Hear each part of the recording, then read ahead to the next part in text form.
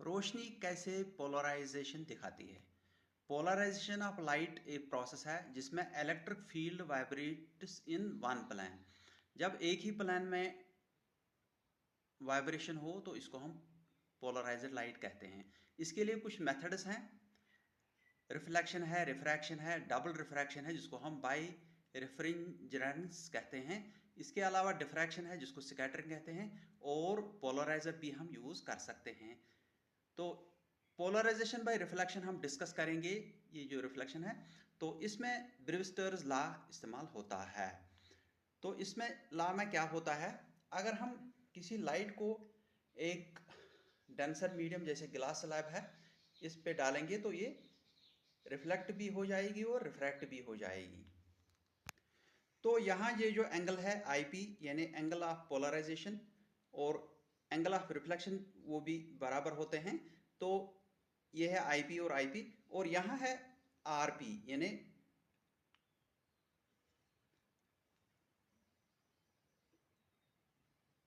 Angle of refraction यहाँ है।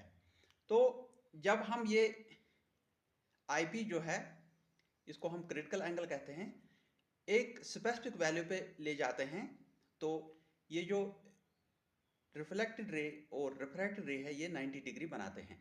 इस वक्त ये जो रिफ्लेक्टेड रे है ये कंप्लीटली पोलराइज्ड बन जाती है।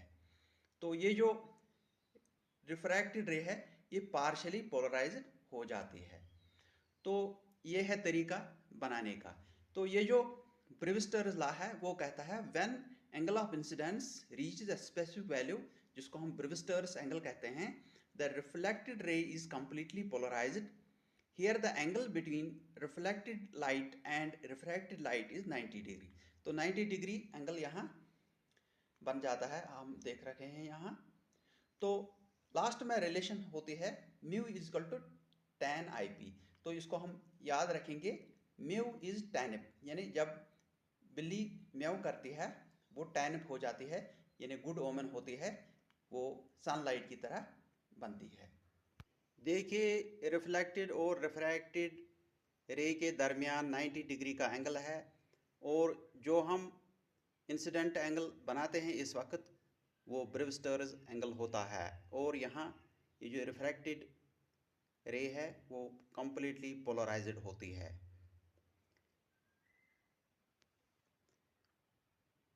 तो ब्रेविस्टर का एंगल जिसको हम क्रिटिकल एंगल कहते हैं वो इस वैल्यू पर पहुंच गया है कि यहाँ ये जो रिफ्रैक्टेड लाइट है जो हम इस स्केल पर